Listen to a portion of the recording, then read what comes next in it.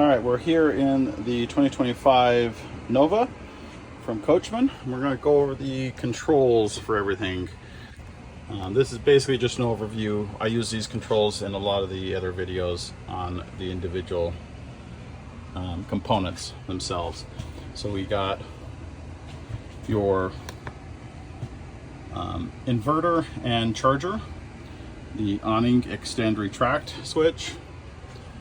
Over here we got your propane tank power switch, your Wi-Fi. This is not used, it's a paid service that we prefer to just use mobile Starlinks.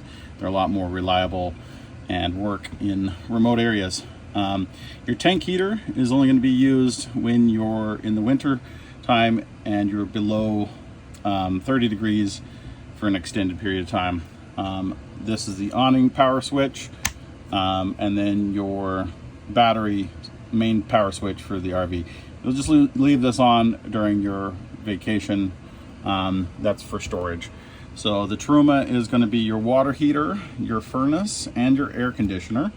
Your solar is just a on and off switch. You'll leave that on all the time. It's automatic, and that goes to the solar controller, which is right here. That's the, you don't need to touch anything. If you got sun, you're getting power into the battery bank. So, and then this is the Firefly system, which has everything else on it. Your light switch, you can do everything on, everything off. Your freshwater tank, your gray tank, and this is the galley gray tank. And then the gray tank number 2 is going to be the rear gray tank in the shower and the rear sink. Your black tank is going to your toilet, and then propane is the onboard propane storage tank for outside grills, as well as the water heater and furnace. Water pump switch there, and then your generator start and stop, and your state of charge. This RV is equipped with 640 amp hours of power, which is a significant amount of battery power, and it's lithium power, so it's all usable.